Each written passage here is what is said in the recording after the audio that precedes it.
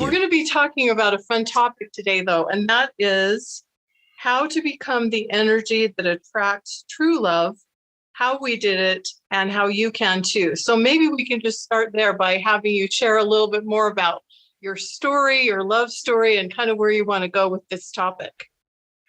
Well, I'm going to start with proof.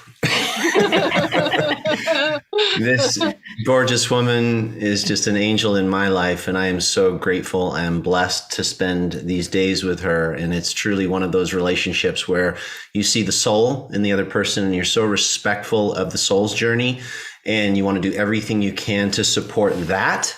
And yet you get to do this together and have somebody in your corner at all times. I feel like I married my best friend. And we are in business together. We are in life together. We're in all things together. And she knows me better than anyone. So energetically, I hit the freaking jackpot. I love that. I love that. And I know the women out there are all going, oh, that's so nice. It's true. Well, I'll just jump right into that. I think what's the most beautiful thing about a relationship that is so right fit for you is that you don't feel like you won the jackpot once. You feel like you win every single day. Every single day, I get to choose again to be an amazing partner. Every day I get to choose again to love myself and to love my life so that I have all of that to share.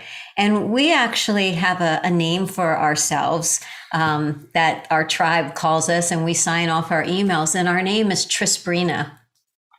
And yeah, and Trisbrina, it actually, the idea came to me from Conversations with God by Neil Donald Walsh, where he talked about we are this amazing energy that emanates from us. And when you meet someone, your energy is interacting with their energy. And that's why when you meet someone, you're like, wow, I like the way they feel. They're so interesting. I'd like to spend more time with them. I'd like to get to know them. It's your energy interacting with their energy, and it feels good, as opposed to, I'm sure everyone has felt, you have this little rendezvous and it's like, I don't know, something felt creepy. Something didn't feel right. That wasn't a good energetic flow. But so Trisbrina is what we call the commingling of our energies. I'm completely responsible for mine. He's completely responsible for his, from a place of life purpose and commitment to that, to being responsible to keep my energy amazing and lit up. But the commingling of that is what we both love. We both love that. So it's not this personality loves that or his personality loves me. We both love that experience of the energies interacting together. Therefore, we are both constantly recreating the experience of Trisbrina for each other. And we can't point fingers at each other. We have to say, well, we're going to go and talk to Trisbrina because they did it. I love that. Yeah. I love that. That's a good way to avoid conflict, right? It works. That's so beautiful. So you shared with me before we started that you married in your 40s. And so we have a lot of women out there who are single, who are looking for relationships. Maybe they haven't had the best experiences with relationships. I just wondered what you could share about your experience of finding each other and your relationships and some of the things that might help women out there that really desire a relationship but haven't had one. Like, I think it's a hopeful thing to have people say, we married in our 40s, right? Yeah. Totally. I'll start. Beautiful. I wasn't ready for this. I was ready for less than this. And that had to do with me. That had to do with my own self-consciousness, struggling with eating disorders, struggling with anxiety, caring too much what people think, trying to be what a man wanted me to be rather than be just who I am. Caring too much about things from the outside, not enough focus on the most important thing for me is who I am and taking care of this so that I have something to give, and looking for, number one, like a quality of respect. That was number one. And I'm going to say I put up with, or I allowed things before my 40s. And I look back now and I was like, how in the world did I let myself be treated like that? How did I act like that? How could I have been that person? Because it seems so far away now. Mhm. But I wasn't ready as just a soul and as a human being to commit so fully with no secrets and no barriers and a complete open heart and honesty every single moment until I was in my 40s. I needed that much time to become who I am so that I could find a perfect match for that. Did you think you were ready before? Like when you were in your 30s and that sort of thing, did you think you were ready? I didn't know that it could be better. I thought compromise was a part of it because that's what my family would say. Relationships are work. It's compromise, then you get the thing, well, you can fix them. You can change them. You can't fix them. Right. You can't change them. So I wasted a lot of time. You can fix yourself and you can change yourself. But yeah, because when it's like, well, it's 92% good. It seems better than some people. You could just settle because it's really scary to walk away from something that's okay into the unknown. But when you do, and when you proclaim that to the universe, to God, to the energy, nothing less will do but real love like I've never known it before. Then that's, yeah. So yeah, I thought I was ready and that would be good enough. Mm-hmm. Yeah. What about you, Tristan? I always learn something listening to these situations. So thank you for this opportunity. I wasn't ready either. I promise you that. It took a minute to figure out who I am, right? And to maybe go cliche a little bit here. I had a teacher back in the day, gave me a very simple lesson, but it proves a point. He said, so Tristan, if I ask you for $1 and you don't have $1, can you give it to me? I said, of course not. He said, right. Okay. So if you tell someone you love them and you don't have love in your own pocket, in your own life, you can't give it to them, right? I said, that's true, sir. Okay. So light bulb moment, hey, do I love me? Because if I do, then I can love Sabrina. And that you really got to look in the mirror, don't you? And go, do I truly love this? Can I say unequivocally that I love who I am? And I didn't. There were many, many things that needed to be addressed. And we tried to make this work, by the way, when we were younger. Or the 40s. We met when we were 22. Yeah, and there's a lot of plot that thickens and double dating and all of that. But let's just push forward at least 10 years. Okay. We're hanging out and we're friends. And not until I had this horrific back injury that you mentioned that we became more of friends helping each other. And Sabrina was really stepped in a role there. And then this love bond started to happen. But in that journey, and I think everybody can relate to this, we're refining ourselves.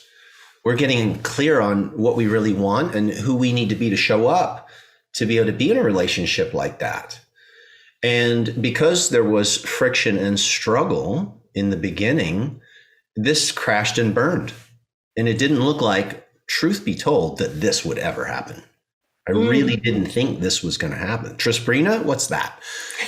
But hey, I'm learning stuff too. Fortunately, if you have crashed and burned, and I think many people listening to this have had that happen, and it's intense.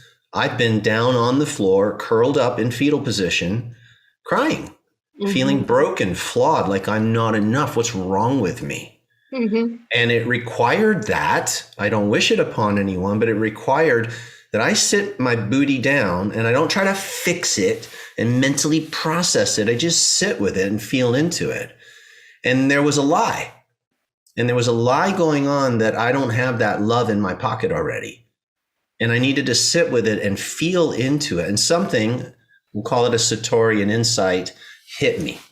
And something told me, go into your heart, dude. It was a pretty strong, it was the feminine, dude, go to your heart and just listen. And so I sat on my bed through my tears and I felt into my heart, and I felt we talk a lot about energy. And so I felt an energy, a glowing, a warmth, and I'll say it's God's love, divine love, inner knowing, told me, and I got it viscerally. And this is important because it wasn't conceptual. It was experiential. You're already worthy of love for no reason at all, which I borrowed from her. You're already worthy of love for no reason at all. Just love this. And I started to laugh on my bed because I started to realize I had been so needy in trying to get this relationship to work and coming from a place of lack.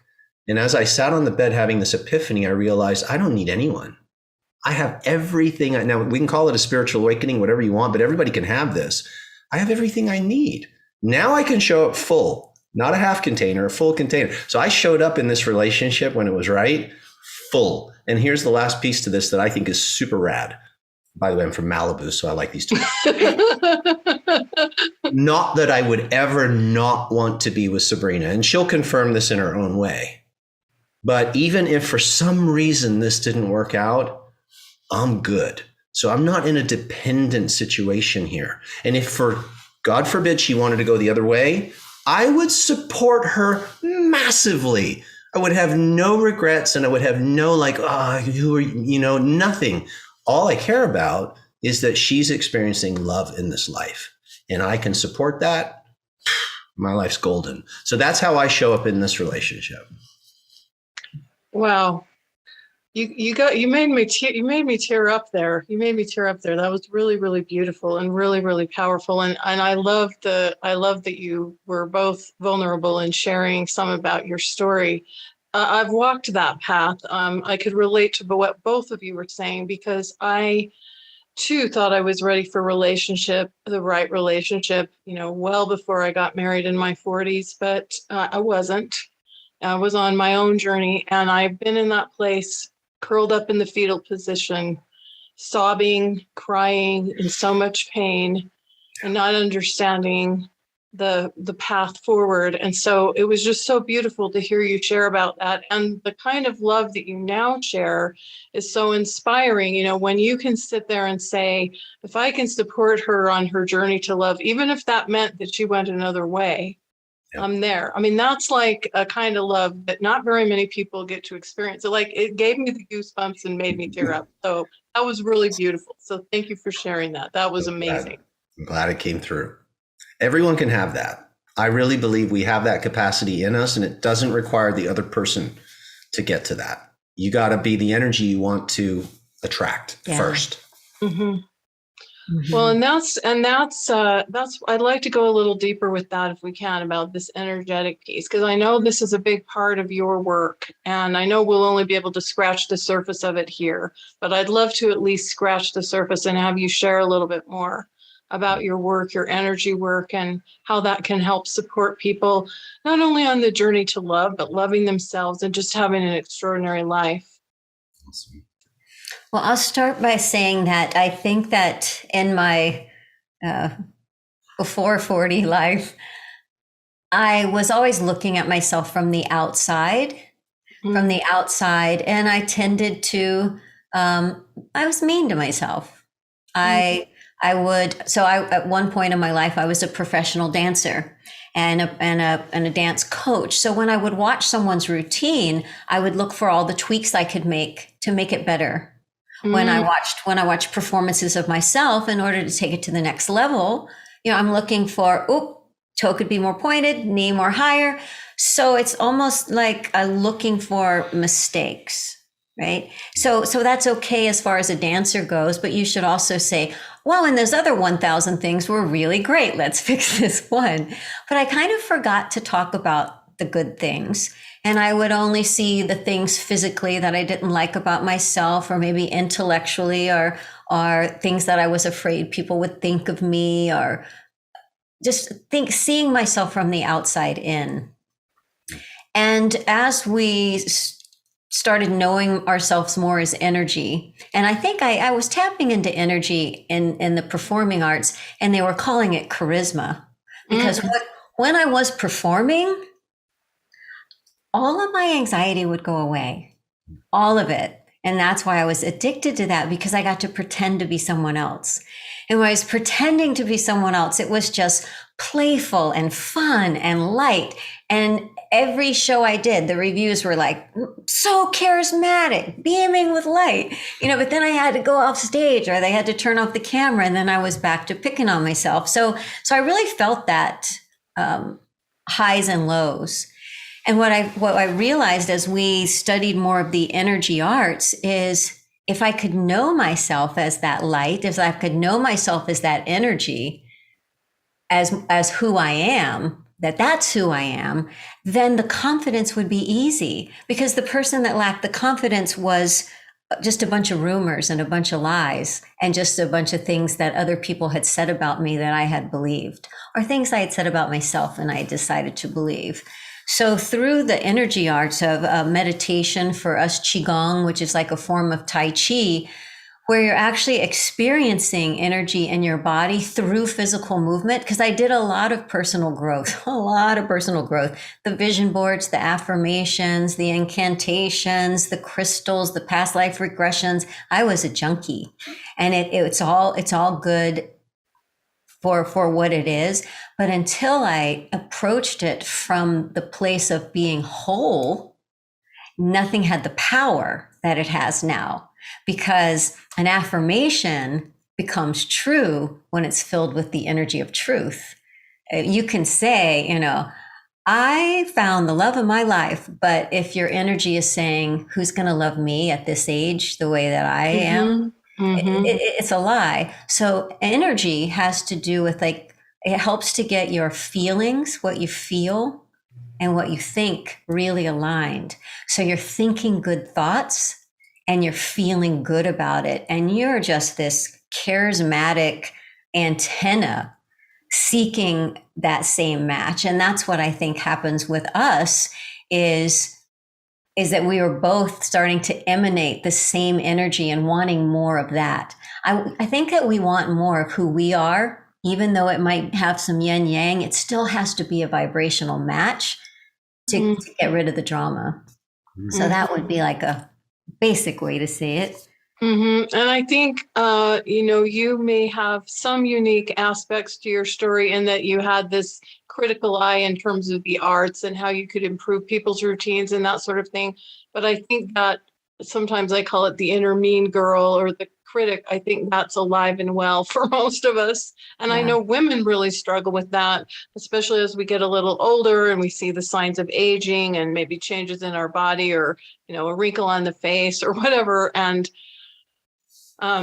that is not helpful or supportive in terms of our energy and us being able to show up in the world with a presence that draws in more of what we really want. Yeah, because we call it the meat, the body, the meat. If you just know yourself as the meat, it's going to be a sad ending, because the meat is being called back to the earth through gravity constantly. But the byproduct of working with energy is it keeps the meat full of life and full of vibrancy. And it does give this youthful, playful feel to you. Okay, take us there. I'm loving listening to you ladies. The presence, you said, Michelle, the presence that we want to draw in. I feel that. And what Sabrina was saying about external living and looking from the outside in, right? We get so many of these thoughts from listening to others. We call it programming, right? It's my story. It's externally placed upon, and we accept it to some degree. We might fight against it, but one way or another, our thoughts get in the brain and then they get in the body, which is an interesting thing to talk about. And that becomes your personality. It becomes your identity. And that's all external to internal. When I was sitting on that bed and I got quiet and I started to listen, I was taken here. What bed? Oh, sorry. My previous story, when I was on the ball in the floor and it said, hey, dude, that story, sit down and just get with yourself, get right with yourself. I felt something inside. And I think Grandma had it right. Trust your soul, listen to your heart, follow your heart. And so I was pulled into my heart. In our system, we call it the brain of your being. And there are thoughts, if you will, that are already inside of you that are your truth. But we have a lot of noise going on and a lot of programs and a lot of stories that keep us like a gatekeeper from listening to that inner knowing. And so whatever your method is to get there, and we all have different ways. Some people it's through music or dance or athletics, or in our case, meditation, moving meditation, Qigong, we get more tapped in so that we can listen. And I feel like the body is a great receiver, almost like we're listening right now to these words, and you can't see our voices, but your eardrum picks up on vibration and translates that into sound that you can interpret. Well, your whole body is like a giant hearing aid. If you tune it and calibrate it, you actually can hear the vibrations all around you. If you're around a lot of negative people, we like to call that thought smog. You can feel the, like you said earlier, well, that person just felt a little creepy, felt a little weird. Mm-hmm. And so the more you refine your ability to listen, we've been using the word energy, almost like intuition, you listen, you start to notice that there are desires and understandings within that are much more acute and clear and on point than thinking alone, than the programs. So I would encourage anyone to just take the time to go through your body, not just your mind, like move your body, open your body up. Your mind has become embedded in your tissues. One of the main reasons that people loop in the same old situation is they do the mental processes, but their body is still programmed to pull them back into those negative emotions. The more you study neuroscience, you understand neuropeptides and how they release from the brain based on thoughts. They attach on receptor sites in the body. They stimulate certain feelings. Boom, you're back in the old state. But the last piece to this for me is feelings are so important. Sabrina mentioned feelings. Feelings, thoughts become feelings, right? You have a thought, corresponding effect in the body, you have a feeling. We give that a word. We call it an emotion. Basically, an emotion is how we're reading our thought, feeling, state of being, right?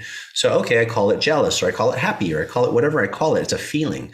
But all thought is vibration, right? When you lay down on the bed at night and you go to Hawaii, your body didn't go anywhere, but you went there. Your thoughts are consciousness.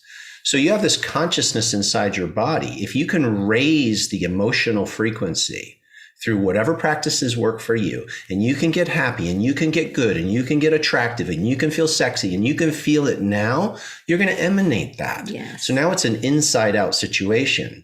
When you're emanating that, thoughts become vibration, vibration becomes things. That's what we're finding. Yeah. You're so powerful. Just shift your energy state, be the love that you want to attract, and voila.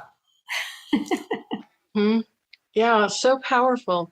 So powerful. And this may be an oversimplification of some of what you're trying to say, but I believe our thoughts and our words are incredibly important for us to pay attention to, because I believe we're actually in a creative process when we think and when we speak. And I think you mentioned this in a much more sophisticated way, but I believe the cells of our body respond to those things. There's actually a cellular response to that. I'm sure you could say something about this in a more lovely way, but I think that's so key, so important. So true. The body is a temple. And if we start respecting the body as such, and we give it what it needs from the foods and the movement and the rest and the love, the body is a house for soul, and soul will speak to you. Soul is way more, in our estimation, way more intelligent than programs. But here's the cool thing. When you start tapping in and start listening to that brain of your being, it's as if the heart will do an upload rather than a download. It'll inform your brain of new information. And all of a sudden you start thinking in a different way. And you didn't get it from a book, you got it from you. How amazing is that? It's not an affirmation anymore. It's a freaking confirmation. Because when it comes from you, you're like, I know, like I know, like I know. I have no doubt. There's no question. I know this is my truth, but we got to do the work to get to the truth. And that to me is where it all dials in, because you can do all the external stuff. You can do this and change this and do the hair. This is great. Why not? Like, make the flower look beautiful. But until the beauty is coming from the fragrance within, it's still going to be a rocky road. Yeah. Yeah. It's I like him talking about do the hair, do this and do that, because there's the time in my life where doing all those things was so I could be good enough, right? So I could be good enough. And how many outfits do I put on before I leave the house? Not necessarily looking for the best one, but for the one I didn't look like this in, or for the one that didn't show my big this or my little this, and just so much scrutiny, and wasted time not respecting the temple, as Tristan said.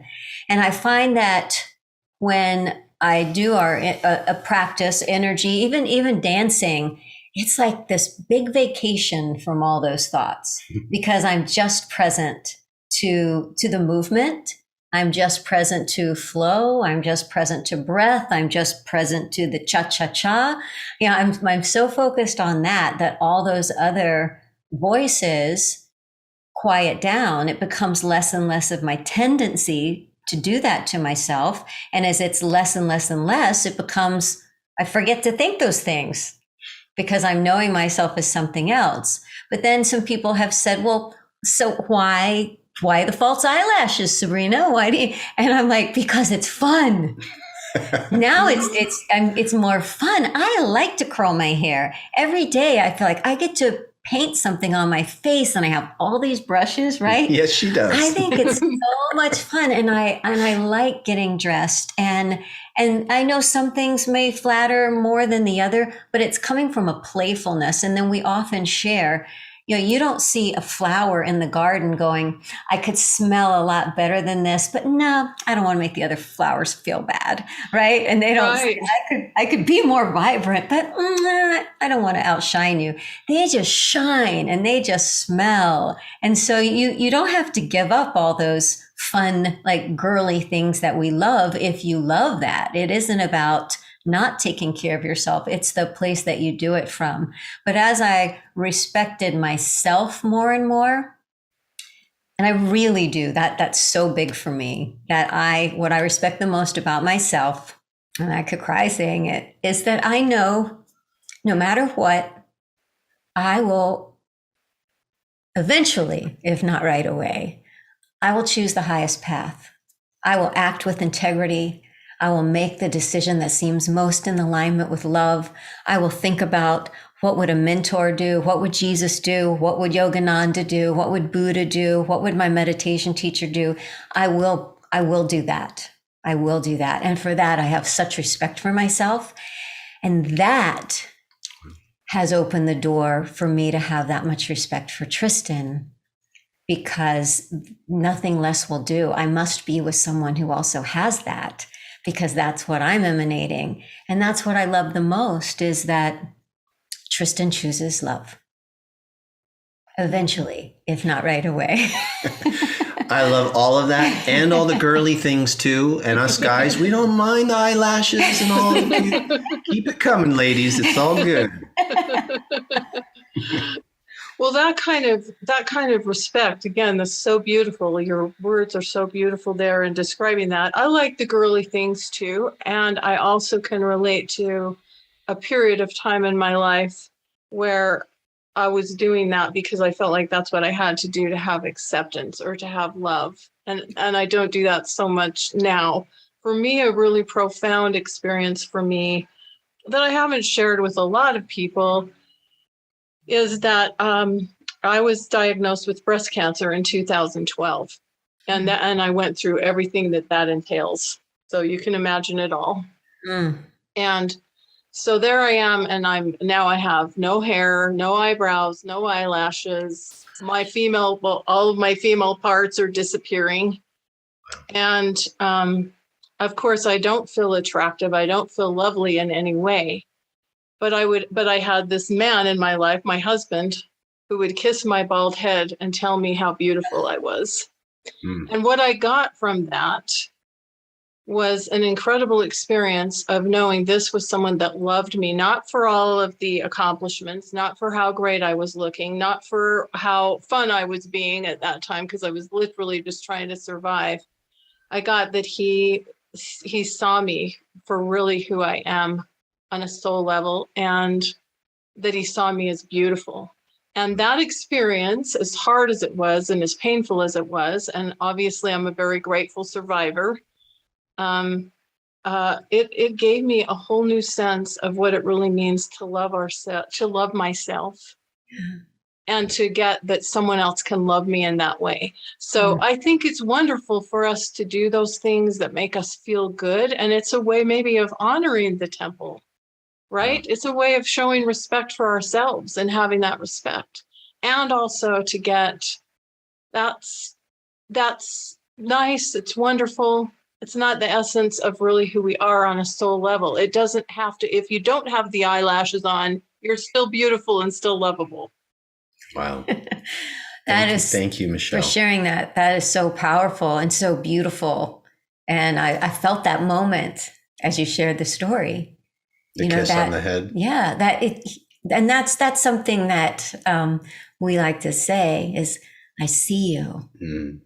I see you. To be seen. To be seen. This everything. Is like the most powerful thing in the world. Well, I can't think what movie it was. It was Susan Sarandon. It might have been one of those dancing movies. Anyway, she's at the bar and someone's asking what it is about the relationship. And she said, for someone to witness my life. Oh, yeah, that's from Shall We Dance? Oh, yeah. With Jennifer Lopez and Susan Sarandon and Richard Gere. I love that. I love that piece, because that's part of what when you do have a relationship of that mutual love and respect that you've so beautifully described, both of you. Like you've like given me the chills and made me tear up several times. And I don't do that very often in these interviews. So it's been really beautiful. But that, where she describes that, where that is what it can mean to have this kind of love in your life, is you have someone who is there to witness your life and care about the details and the nuances and what you care about. And like Tristan described, want you to experience your journey, your path of love, and for your highest and best growth and development and life, to support that. It's a really beautiful speech that she gives. So for any of you watching, you could probably find that clip somewhere out there. It's a really beautiful quote. Yeah. Yeah. Because we like to encourage our students to remember something that we had to remember is, I have to be the hero of my life, because if I'm not, who will be, right? I have to be the star of my life. I get to be the star of my life. And I had captor, and I had been in relationships with people that I was a supporting role in my own life in some ways. But when you're the hero and then you have others rooting you on and they're a witness to your life, that feels so good to be seen as the hero as you step more and more into it. And the hero for us is just someone that if the crowd is watching the movie of your life, they're like, she's going to do the right thing. You watch. They're rooting for you always. She's gonna be good. She's gonna inspire us here. She'll figure it out. Yeah. She'll be all right. She'll get it. Well, and I love that you give yourself that grace to get to doing the right thing. Because sometimes there is a little bit of a journey for us to kind of get there. Yeah. And so I love the way, I can't remember, how did you phrase that? I'm going to do the right, eventually. Maybe not right away. But we'll get there. Because that's there's the brain sometimes, it has to upgrade. There's some reprogramming in that moment that you're trying to make the decision that's in alignment with who you are now. The subconscious mind is going, but wait a minute, when this has happened in the past, you've done that crappy stuff. You sure you don't want to do it? And sometimes it takes a minute to go, yeah, I'm sure. I'm sure I don't want to do that, take that, think that, be that. I'm going to give this a go. And you got to do that enough times that becomes the default. Mm-hmm. Yeah. So beautiful. I love that there's grace built into that. Lots of grace. Oh my gosh. How many mistakes are we going to make moving forward? We're going to learn forward into it. I give myself permission to make all the mistakes. I tell my students, I'm going to make so many mistakes, but I promise you this, everything that I teach, watch, I'm going to use one of those tools myself. I'm going to walk the talk. And that's a really nice feeling to have, knowing that you got tools And when it happens, because there will be contrast, it's how we grow. We kind of need it, right? I'm going to be all right. I've got tools. I'm not the same person I was in the past. We stop adopting that old character. Mm-hmm. Oh, I don't know if I can do it. I've always done this, right? You really addressed that beautifully. Like, please, let's get a new problem, right? And grow from a new problem. Time for a new drama. Let's change it up a little bit, okay? No more replays. Yeah. Yeah, you got watch It what will you happen. watch what you ask for, right? Please, can we get a new problem? I love that. Yeah, totally. And then because, I've noticed our grass is really green right now, and they put some of the poo-poo stuff on it. So, it's okay. My greatest breakthroughs, I mean, everybody listening, come on, think about it. Some of the most intense things you've been through birthed some of your greatness, right? It wasn't fun in the middle of it. I had a teacher who used to say, oh, well, Tristan, suffering is grace in disguise. I'm like, yeah, but not when you're going through it. It doesn't feel like grace at all. But you're right. It's a grace period. It's in disguise. And the more you know that I will get there, like we're saying, I will eventually do the right thing. I will eventually have the new insight. I will be birthed into a new level. If I love martial arts. If I want to get better at wrestling, I need a bigger, stronger opponent than me to challenge me to get better. I think life's got that built into it. So, just lean into it, lean in with love, embrace it. It's part of the course, and it's going to refine you. And then, you know what? You actually tend to learn the lessons so much faster because you're not resisting it or judging yourself. Okay, I made a mistake. What's a mistake? They call it a sin. In archery, it means you didn't just hit the target right in the center. You're not bad. You're not a bad person. You just keep working it. Yeah, you're more clear on what you don't want. Yeah. You're more clear on how not to do it. Refocus your aim. Mm-hmm. Yeah. For those people listening, if you don't feel like you've hit that target when it comes to relationships, hopefully this interview and this conversation has given you hope. Has given you hope and has given you the privilege of giving yourself grace. On the journey. Beautiful. Yeah. So this has been so delicious. I could talk to the two of you for a very long time because I have just loved this conversation so much. And I'm so grateful for your generous sharing. It really means a lot. Thank you. And I also know that you have a wonderful, generous gift for our audience that I know they're going to love. So I want to give you an opportunity to share a little bit about that. Awesome. Go ahead. Me? My turn? All right. So on our journey, we came upon these beautiful energy arts based on the way energy or life force flows through your body. And we've been sort of touching on it a little bit today as we've been sharing. So we want to gift you a course. It's called Qigong for Beginners. Now, we created it for beginners, especially if you've never even heard of it. That's totally cool. It's a simple moving meditation, and it takes that receptivity and turns it all the way up to 11, if you know the reference. So your body, like a giant hearing aid, right? A big, finely tuned hearing aid. It helps you to listen to how your energy is flowing through your body. It can clear energy blockages. There's a statement in energy psychology and energy medicine that says the root cause of negative emotion is a disruption in your energy system. So this will start getting your energy back online. Very easy to do, simple movements, tapping, bouncing, rubbing on different areas of the body. It brings your body back to life. Different types of breathing. Breathing, really nice breathwork training. It's just going to get you focused, present, feeling good in your body. And I think it can be the key to listening better and really hearing those inner thoughts that light you up and turn you into the energetic vibration of that which you want to attract more of in your life. It's working in our world. So I'd say give it a go. Yeah. And when you watch it, some behind the scenes, so we're in upstairs of our house, and this program, it's 9 essential, like nine private small lessons. Energy exercises. And then we put it all together into a follow along, something you could do like every day. And you'll be seeing Tristan because I'm behind the camera and we're just in the room right under this one in our house. So everything that we do with our business, we do right from the home, which is an example of how the energy manifested in 2020 we wanted to expand, but at the same time, we wanted to have a home where my parents could be with us because there were some health challenges and we wanted to be able to help with that. And during the middle of the pandemic, how are we going to find a house for actually 5 adults? Because my brother is here too, 2 dogs and 2 film studios and a business.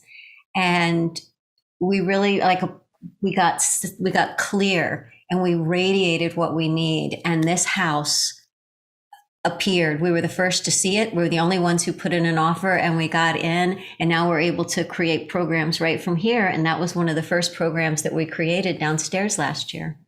Wow. That's beautiful. Yeah. That's beautiful. Congratulations. That's beautiful.